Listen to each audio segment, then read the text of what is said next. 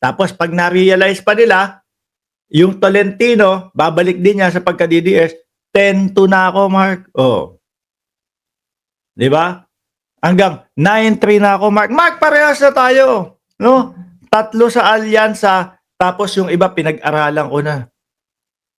Basta wag nyo kalimutan yung Heidi Mendoza, mga kababayan. Ako ho sabi ko nga sa inyo, bakit ko lagi sinasabing matapang kong sinasabi sa inyo? No? Kasi ngayon, sa sitwasyon ngayon, Vicente, mukbang, vlog. Oh. Sa sitwasyon ho ngayon, mga bossing, kapag kayo pro Marcos ka, no? O pro government ka, dapat pro government pa lang eh. Ganun ho ngayon eh. No? Ikaw dilawan ka pala, kakamping ka pala. No? Aalis na kami na suporta sa iyo. Tatanggalin na namin ang subscribe namin sa iyo. Ganun eh. Pero ako, wala ho akong pakialam diyan. Kung yung iba tanggalin yung pag-subscribe sa akin, no? Basta susuportahan ko yung tao, yung mga kandidato na ang sa tingin ko magiging susi sa pag-ubos ng korupsyon sa Pilipinas na numero 1 na problema ng ating bayan. Na doon po nawawala yung mga pondo ng bayan na dapat sana makatutulong sa pag-unlad ng ating bayang Pilipinas. Di ba? No, bilyar. Ayan, di ba nga, nakisimpatya na sila kay dating Pangulong Duterte. Di ba? Kaya ako, hindi ako natatakot.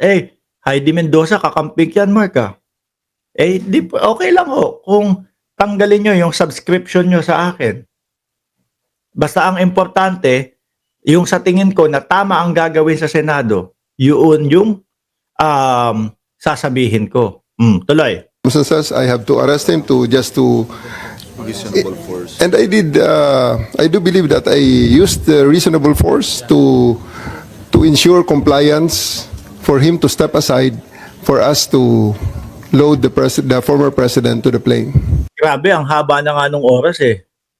'Di ba? Simula umaga, inabot na ng gabi, mga bossing.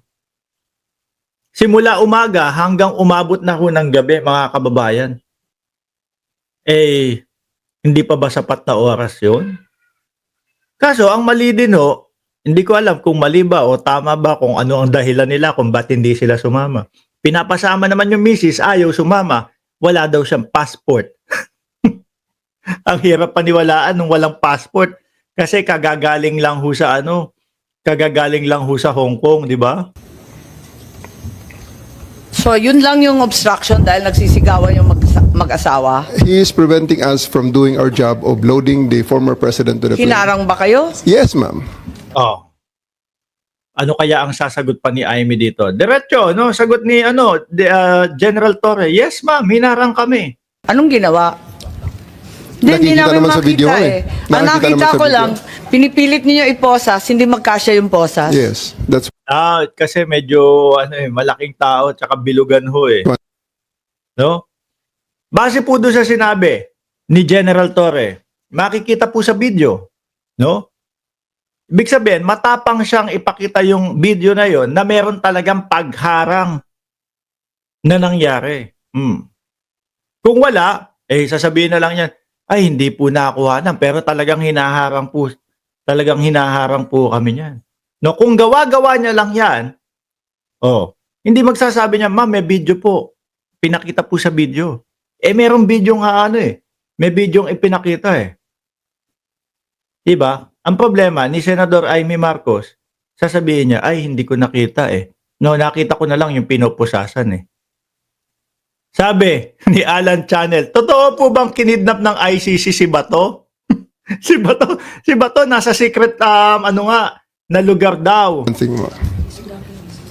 his blackmail way. He is preventing us. He actually placed another chair at the side with the president for the former president to sit, which is already very much delaying everything because the plane is already ready to fly. Aha.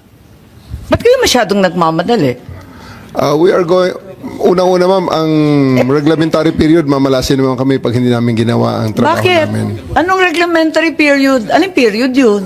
The Article Dahil 125 sinabi na nga ni Executive Director sa ating PCTC na diffusion lang naman yun eh. Wala nga commitment pinag-uusapan dun eh. Wala nga red notice, pambira eh. there is a warrant. Takal-takal na ni Arnie Tevez eh. Wala pa rin, di ba? There is a warrant. O yan. Is Ba't kayo the- nagmamadali? Ano yung reglementary period? Tsaka birthday ni General Torre. Uuwi na din siya. Hindi niya nga nakapagpasalamat eh, di ba? Mga kababayan. Tsaka sobrang haba na nung oras na yun. Ano, hanggang bukas. Kasi kapag hindi ginawa yun, mga kababayan, aabot yan 2 araw, 3 araw. Hanggat kaya nila na manatili doon sa kinauupuan na lang nila. Ganun na lang ho yun. Di ba? Halata namang ayaw nila eh.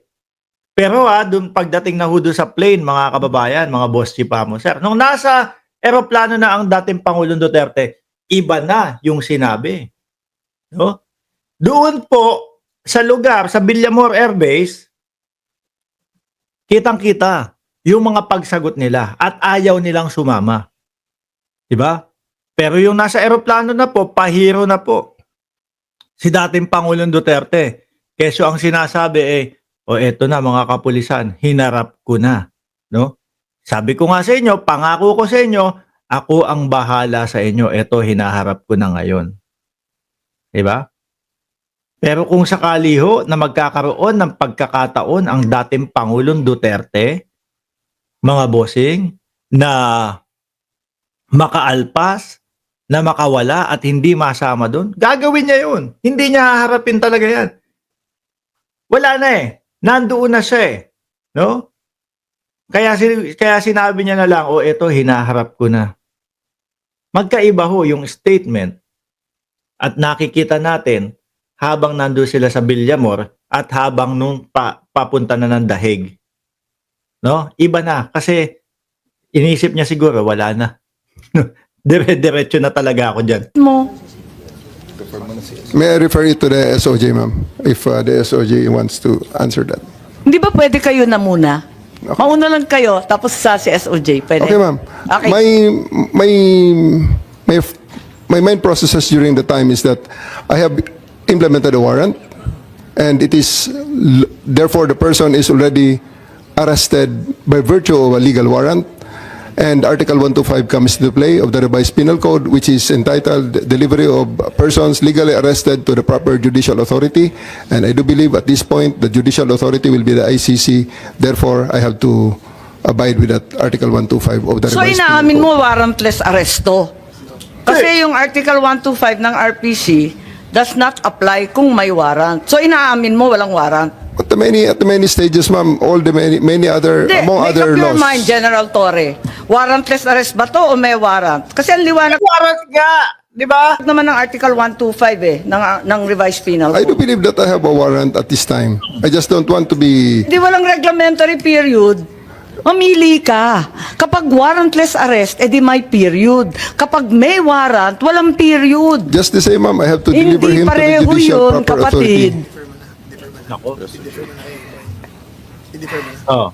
Hindi magkapareho yun. The reglementary period only comes into play when there's a warrantless arrest in accordance with Article 125 of the revised penal code. Di po ba? At Talagang simula pa lang ang target na nila si Torre, ano? Mga bossing. saka may kinalaman yun sa delivery of the accused and arrested. Di po ba? And I'm being cautioned by the DOJ, ma'am, that it may be sub judice already to discuss that because of the habeas corpus pending in the Supreme Court, ma'am. Pati ba naman ng revised penal code, naging executive session, pambihirang buhay ito. Okay. Ay nako, si Senator Amy Marcos talaga, mga kababayan. Kayang hudasin yung kapatid para sa boto. O eto,